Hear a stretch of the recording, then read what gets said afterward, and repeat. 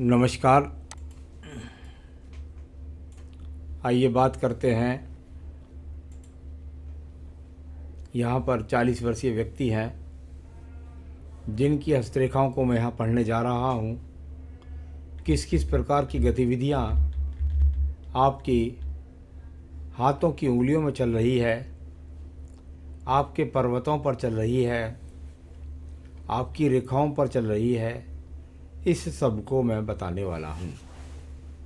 सबसे पहले बात कर लेता हूँ मैं आपकी सबसे छोटी उंगली कनिष्ठा उंगली के बारे में।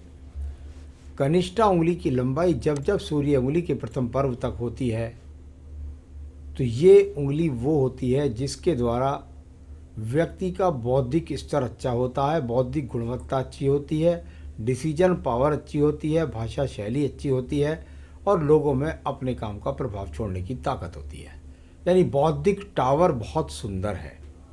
मानसिक पर प्रथम अगर मैं देखता हूँ इसका उंगली का, तो उस पर प्रथम पर्व पर किसी प्रकार की बुरी रेखाओं का प्रभाव नहीं, यानी व्यक्ति की मानसिक स्थिति पूरी तरीके से मजबूत है।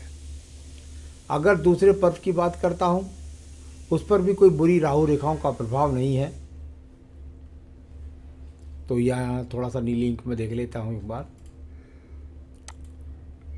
हाँ, कोई बुरी रेखाओं का प्रभाव नहीं है, यानी व्यक्ति किसी से लड़ने झगड़ने की प्रवृत्ति नहीं रखता है।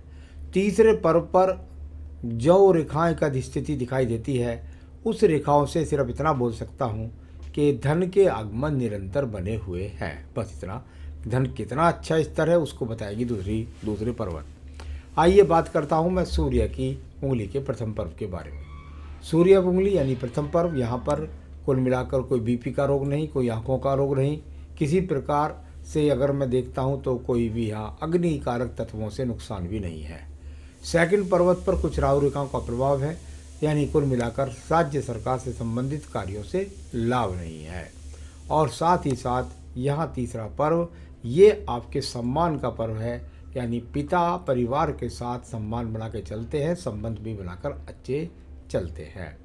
शनि सूर्य की उंगली के बीच का बड़ा गैप अधिकतर व्यक्ति को घर से दूर माफ से रखता है।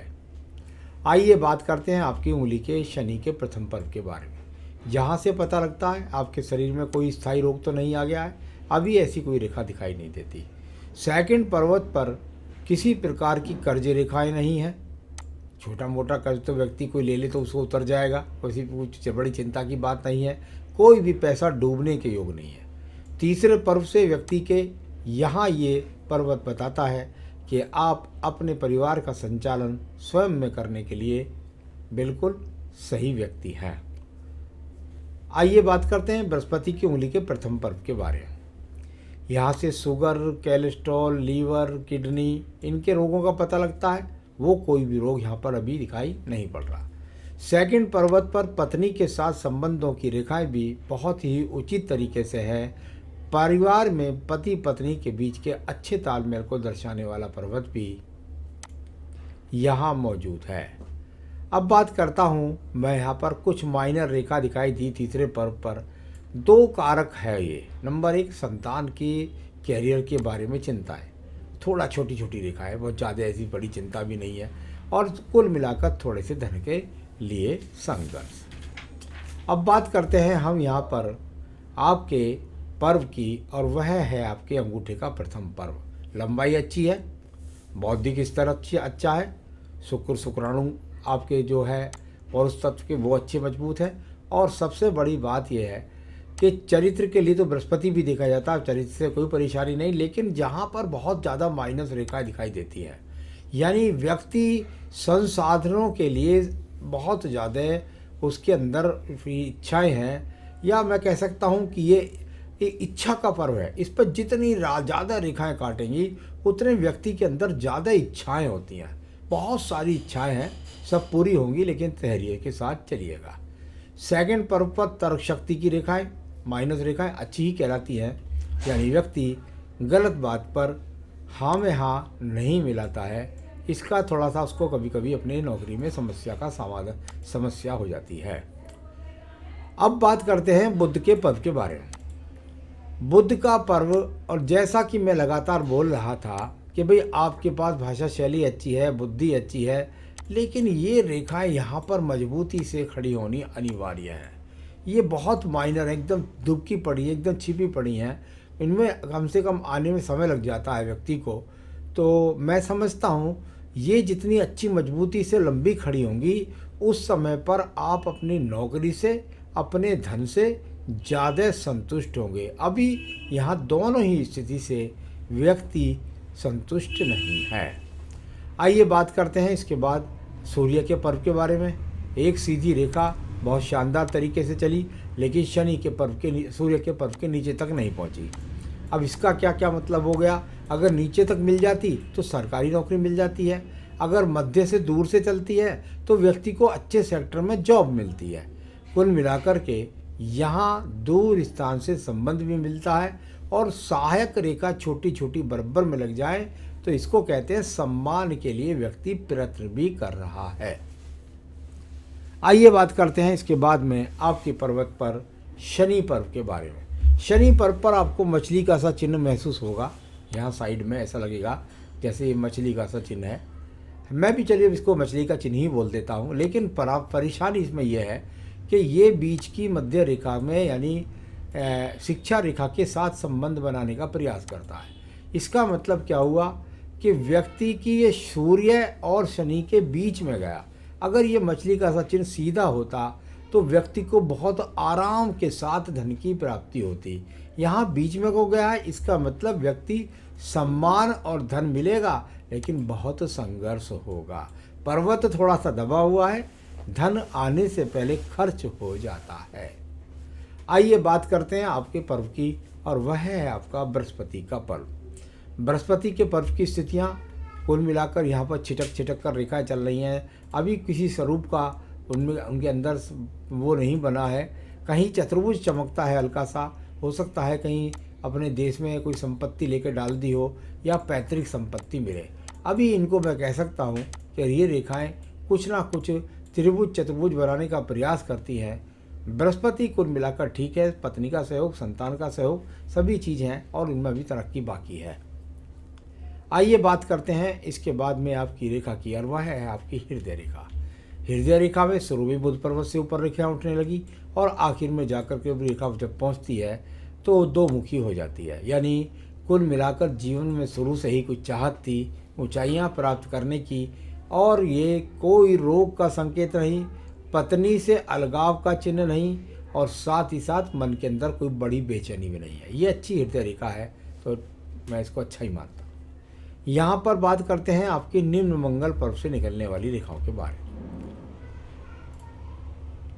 कर्म पर्व, निम्न मंगल पर्व। कर्म पर्व इसको इसलिए बोलते हैं कि जब यहाँ से रेखा निकलेंगी तभी समझिए व्यक्ति कर्म करने वाला है। यहाँ पर रेखा नहीं, व्यक्ति स्वप्न देखने वाला है। ये कर्म रूपी रेखाएं लगातार जाकर के आपकी आयु रेखा से निकल करके, बुद्धि रेखा से निकल करके सूर्य पर्व तक पहुँचती है। यानी दौड़ धूप होगी, भाग दौड़ होगी, जीवन में संघर्ष होगा, कर्म करेगा व्यक्ति और स्वयं को सिद्ध कर लेगा। इसको बुरी रेखाएं कभी न समझें, ये प्रयासरत रेखाएं होती हैं। आइए बात करते हैं आपकी बुद्धि रेखा के बारे में। बुद्धि रेखा, और जहाँ से एक नया उदय बनता है आपकी रेखा में, और बहुत बैलेंस के साथ बुद्धि रेखा धीरे धीरे ढलवा होती है तो गिरती हुई नहीं कहलाती, धीरे धीरे एकदम से गिर जाए तो वो बुरी कहलाती है। इस बैलेंस बुद्धि रेखा का मतलब ही अपने आप में है व्यक्ति को समझ है, सोच है, दूरगामी अपने पास योजनाओं पर कार्य रहकर सफल हो सकता है। कोई दीप नहीं है, कोई एक्स का चिन्ह नहीं है, यानी अच्छी बुद्धि रेखा, इसका उपयोग करके जीवन में सफलता मिलती है। चलिए पर्वत की बात करता हूँ, सेकंड मंगल पर्वत के बारे में। यहाँ पर कोई कोर्ट कचहरी, मुकदमा, झगड़े, झंझट, इस तरह का कोई भी चिन्ह यहाँ पर दिखाई नहीं देता। यहाँ पर ये थोड़ी सी रेखाएं अगर देखता हूँ तो कुछ इसमें से नीचे से खड़ी हुई रेखाएं भी हैं, तो ये अपने आप में बताती है कि व्यक्ति अपने आप में मन से शांत है, योजनाओं कुछ करना चाहता है, थोड़े से मन में बेचैनी है कैसे उन्नति तरक्की करे, बस इतना ही कह सकते हैं। अच्छा चंद्र पर्वत आपका दिखाई देता है। यहाँ पर बात करते हैं इसके बाद आपके पास बुध रेखाओं के बारे में। व्यावसायिक रेखाओं का बिल्कुल भी कोई जोड़ दिखाई नहीं देता, यानी एकदम टूट टूट कर ये चलने वाली रेखाएं आपके जीवन में मैं कह सकता हूँ कि कम से कम देखिए, मैं निश्चित रूप से कहूँ तो 5-6 साल तक तो मैं कह नहीं सकता कि व्यापार करना चाहिए। मेरे हिसाब से अभी कोई व्यापार नहीं। और जब ये रेखा टूटती है तो व्यक्ति के जीवन में, नौकरी में भी कई बार परिवर्तन होते हैं। आपकी भाग्य रेखा की बात कर लेता हूँ। इसमें मुझे थोड़ा सा यहाँ भी देख लेता हूँ, फिर प्लेन हेड पर हाथ पर ज़्यादा जाऊँगा, वहाँ से ज़्यादा स्पष्ट होगी स्थिति। ये देखिएगा आपकी भाग्य रेखा, और बिल्कुल स्पष्ट साथ दूर स्थान से जुड़ कर के और सीधी चली गई। यानी आपके जीवन के अंदर ये सुंदर रेखा है जो कहती है दूर स्थान से जुड़े रहिए जन्म स्थान से, और आपका भाग्य चलता रहेगा। कब हो सकती है उसमें उठापटक, इसके लिए मैं आपके सवाल में थोड़ा सा बोलने वाला हूँ। तो भाग्य रेखा अच्छी है, तो उसकी किसी प्रकार की चिंता ना करें। यहाँ पर एक मंगल रेखा भी छोटी सी है आपके हाथ के अंदर, ये कवच रेखा का काम करती है।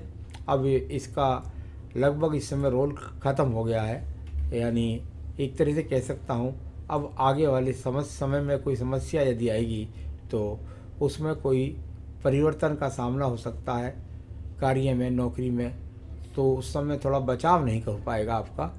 ऐसा कह सकते हैं कि बचाव से मेरा मतलब होता है जैसे मान लिया जॉब में अरे भाई रुक जाओ, ऐसा हो जाओ, कोई कहने लग जाए, कुछ संघर्ष दिखाई देता है हल्का सा। अब बात करता हूँ मैं यहाँ पर आपकी रेखा पर्वत के बारे में, और वह है शुक्र का पर्व। संसाधनों का शुक्र का पर्व, और सही मायने में ये कुल मिलाकर कोई खराब नहीं है। यानी व्यक्ति सही संसाधनों में रहता है और आगे भी अच्छे संसाधन बनेंगे। यहाँ पर आपकी बात करता हूँ आयु रेखा के बारे में। आयु रेखा का भी संबंध अच्छा खासा ठीक है, कोई मणिबंध के आसपास तक पहुँचने का प्रयास करता है, और सहायक रेखा भी इसमें लगी हुई हैं, यानी जीवन का अंत भी सुखी। और आयु रेखा लगभग कह सकते हैं आप यहाँ पर 80 वर्ष के आसपास, क्योंकि शुक्र पर्व चौड़ा है। तो ये तो सब मैंने आपकी सारी रेखाएं पढ़ी, और अब मैं बात करूँगा आपके सवालों के बारे में। यहाँ पर जहाँ आपकी 40 वर्ष की उम्र है, वहीं लगभग 42वें वर्ष में एक राहु रेखा इस तरीके से काट रही है। अब इसके काटने का प्रभाव से एक्स बन जाता है, तो एक्स तो मन की पवित्रता को दिखाता है। एक्स जीवन में मन की, जिस व्यक्ति के वीर में सेंटर में एक्स बनता है वो मन से बहुत पवित्र होता है, अच्छी सोच रखता है और धार्मिक प्रवृत्ति का होता है। लेकिन इसका एक बुरा प्रभाव भी होता है, ये बदलाव का प्रतीक भी होता है। तो यहाँ सवाल शुरू होने से पहले मैंने इसका चिन्ह बना दिया है आपके सामने। तो आप जॉब कर रहे हैं, और क्या मुझे नौकरी जारी रखनी चाहिए? देखिए, व्यवसाय तो है ही नहीं हाथ में, उसके लिए तो मैं कहूँगा ही नहीं आपसे। नौकरी ही आपको जारी रखनी पड़ेगी, और आने वाले 2 साल, यानी हो सकता है लगभग 41वें 42वें वर्ष में आपको अपनी जॉब में भी परिवर्तन करना पड़े, और स्थान परिवर्तन के साथ परिवर्तन करना लगे। ये रेखा जो आड़ी काट रही है, इससे ये संभावनाएं बहुत ज़्यादा है। कोई चिंता की बात नहीं है, नौकरी में परिवर्तन भी होगा, और कुछ टफ स्थितियाँ आएंगी आने वाले समय में। कुछ पूजा पाठ है वो कर लीजिएगा, जिससे उस स्थितियों से निकल के आराम से तरक्की के दूसरे पद पर चले जाएं। ऐसी संभावना मुझे ज़्यादा लगती है। तो ये व्यवसाय बिल्कुल ना करें। तो अभी तो मैं कहूँगा ही नहीं कि आपको 5-6 साल तक कोई व्यवसाय करना चाहिए। और आपने कहा मुझे बाहर या अमेरिका में कहाँ व्यवसाय करना चाहिए, अभी तो आप विदेश में ही रहेंगे। और वैसे भी मैंने कहा कि दूर स्थान, घर से तो तब भी नहीं रहेंगे, घर से दूर इंडिया में भी जाएंगे तो भी दूर से संबंध बनेगा, तभी जा कर के जीवन में आपकी सहयोग सही लगेंगे। अभी तो मैं कहूँगा अमेरिका में ही रहें और नौकरी करें। मैं किस उम्र में बड़े धन लाभ और बचत की उम्मीद कर सकता हूँ? जहाँ तक धन की मजबूत स्थिति की बात है, मैं समझता हूँ कि लगभग आपके आने वाले ऐसा समझिए कि 45 से 46वें वर्ष के बाद बहुत अच्छी स्थितियाँ और मजबूत धन को एकत्रित कर लेंगी। कोई किसी के आगे हाथ नहीं पसारना पड़ेगा, चिंता बिल्कुल ना करें। तो यहाँ दोनों माध्यम के लिए हुआ, नौकरी क्षेत्र या व्यवसाय या दोनों के माध्यम से साइड वाइज भी आप अभी 5-6 साल बाद करें तो ज़्यादा अच्छा आपको रहेगा। तो आइए क्या करें आप, जिससे आप सही निर्णय लेकर के आप अपने जीवन को सफलता को बना सकें। इस उंगली के अंदर एक बेहतरीन सा पन्ना पहन लीजिए। अगर आपको रत्न मिल जाता है तो ठीक है, नहीं मिले तो मुझसे मंगा लीजिए। वह आपके लिए धन का कारक बनेगा और मजबूत स्थितियों को बनाए रखेगा, बौद्धिक क्षमता को बढ़ाए रखेगा। तो आपका रत्न बनता है पन्ना, इस उंगली में पहनना है आपको। आप चाहे तो मुझसे मंगवा सकते हैं। दूसरा, शनि देव को मनाना है आपको, क्योंकि पर्वत थोड़ा सा दबा हुआ है। शनि देव और आने वाले विलंब को रोकने के लिए, और साथ ही साथ अगर परिवर्तन भी करना पड़े तो तरक्की के साथ हो जाए, तो इसके लिए अगर हो सके तो शाम के समय, प्रतिदिन शाम के समय ओम शम शनिश्चराय नमः, ओम शम शनिश्चराय नमः, इसकी 3 से 5 माला का जाप करें, और बाद में हनुमान चालीसा या हनुमान अष्टक या बजरंग बाण, जो भी पूजा करना चाहे वो पढ़ें। तो इसको करिए और फिर देखिए आपके जीवन में काफ़ी बाधाएं दूर होंगी, बहुत संतुष्टि महसूस करेंगे आप। नमस्कार।